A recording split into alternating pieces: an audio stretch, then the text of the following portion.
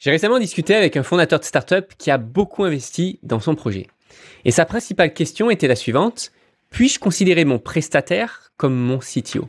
Et sinon, ai-je réellement besoin d'un CTO ou peut-être d'un CTO à temps partiel? Alors dans l'épisode d'aujourd'hui, nous allons parler du CTO et du prestataire de service et pourquoi il est très difficile finalement d'être les deux en même temps.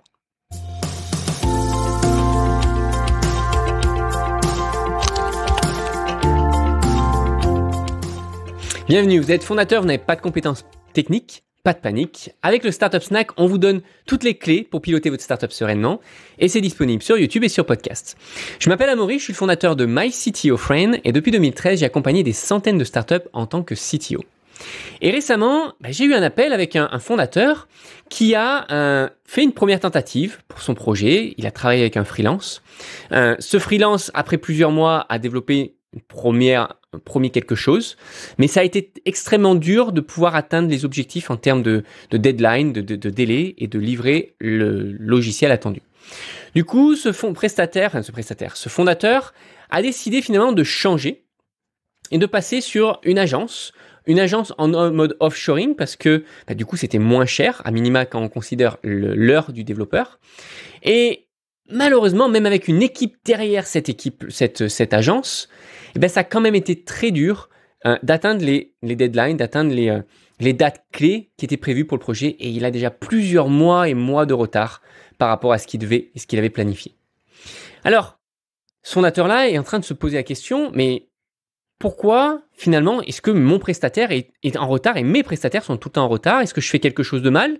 Est-ce que c'est parce que je n'ai pas de CTO justement? Est-ce que j'en ai besoin d'un? Et finalement, pourquoi mon prestataire ne pourrait-il pas être mon CTO et est-ce que je pourrais même l'intéresser avec des parts dans ma société, etc.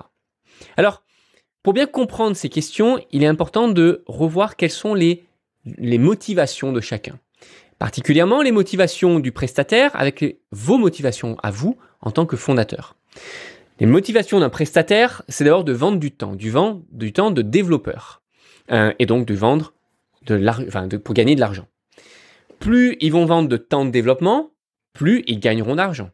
Alors que vous, en tant que fondateur de startup, moins vous développez en termes de temps de développeur, le mieux il en est, n'est-ce pas?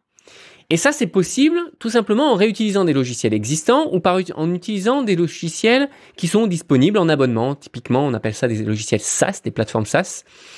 Et au lieu de réinventer la roue, on va utiliser ce qui existe déjà. Le problème, c'est que la plupart du temps, les prestataires ne seront pas payés finalement pour chercher ces solutions existantes. Particulièrement si c'est des solutions qu'ils ne connaissent pas encore et qui sont potentiellement en dehors de leur expertise. C'est pour ça que, finalement, est-ce que vous seriez prêt à payer?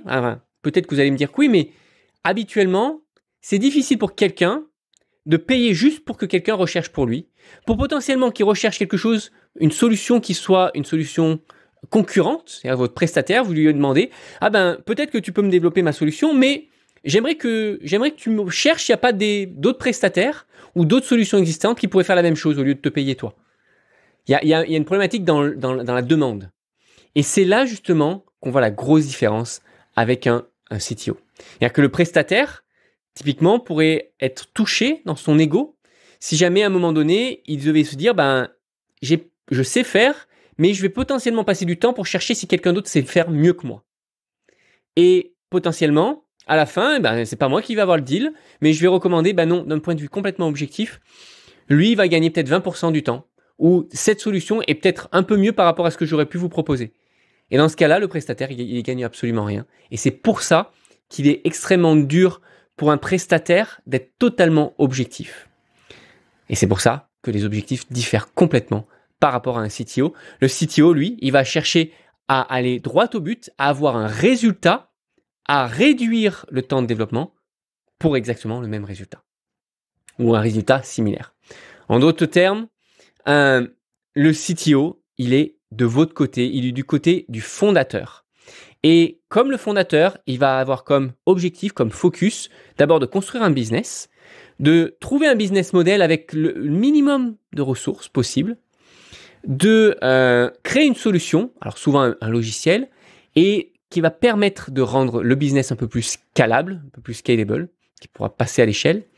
Et il va aussi avoir en tête toutes les deadlines que vous voulez poser. Il y a un agenda, il y a tel événement, telle conférence, etc. qu'on veut tenir. Il faut qu'on délivre en temps et en heure. Et ça, c'est souvent quelque chose qui est un peu plus difficile à avoir de la part d'un prestataire. Du coup, le CTO, il est bien capable de se mettre dans les baskets du fondateur. Et il n'est pas simplement là pour encaisser l'argent du fondateur. Et c'est là la grosse différence. Alors, est-ce qu'un prestataire, est-ce qu'une agence peut devenir votre CTO? Oui, c'est complètement possible, ça arrive, c'est déjà arrivé. Ça va complètement dépendre de l'état d'esprit du prestataire et de ses intérêts personnels. Si il est dans la gratification immédiate à être payé pour un travail qu'il va accomplir, dans ce cas-là, il ne fera pas un bon CTO. Si par contre, il absorbe la vision de votre business, il y croit et il a envie d'en être, dans ce cas-là, ça peut devenir un bon CTO. Et si typiquement, vous le payez qu'un mois, 2 mois ou 3 mois un peu plus tard, potentiellement, il peut accepter parce qu'il sait que c'est un investissement pour un retour sur investissement un peu plus tard. En conclusion, comment savoir si un prestataire ou une agence peut devenir votre CTO? Eh bien d'abord, un bon CTO, il sait qu'il n'a pas toutes les réponses. Et un bon CTO ne va pas passer du temps à développer quelque chose de nouveau si c'est quelque chose qui peut être trouvé, c'est quelque chose qui potentiellement existe. Ou si c'est quelque chose pour lequel on sait qu'il y a d'autres personnes qui sont plus expérimentées et qui pourraient le faire plus rapidement à un coût inférieur. On peut aussi évaluer un CTO par la qualité de son travail, et par la qualité, c'est pas forcément les points-virgules dans la manière dont il écrit, mais c'est sa créativité, à trouver des moyens de contournement, à sa capacité à comprendre votre business, à comprendre votre marché, et à sa capacité à avoir de l'empathie par rapport à vous, fondateur, et pouvoir vous aider à prendre des décisions comme s'il était à votre place. Il aura aussi un focus sur les deadlines, il sera particulièrement intéressé par le business, quand est-ce qu'il se lance, quand est-ce qu'on peut commencer à le monétiser, etc. Et il sera là, mettra la priorité sur trouver des meilleures solutions, plus que développer simplement quelque chose lui-même avec une technologie qu'il connaît déjà.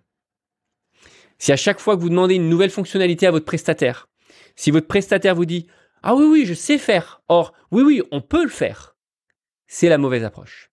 La bonne approche, c'est « Laissez-moi y réfléchir pour voir comment c'est possible qu'on puisse le faire potentiellement sans développer, potentiellement en réutilisant des solutions existantes. » C'est une approche qui est extrêmement dure pour un prestataire parce que ça va à l'encontre de ses propres intérêts, puisque au lieu de se concentrer sur gagner de l'argent en tant que prestataire, on se concentre sur les intérêts de la startup pour finalement atteindre ses objectifs et réaliser sa vision.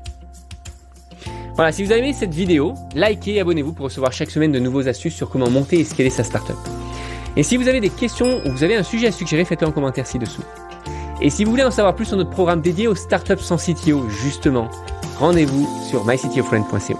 À très bientôt.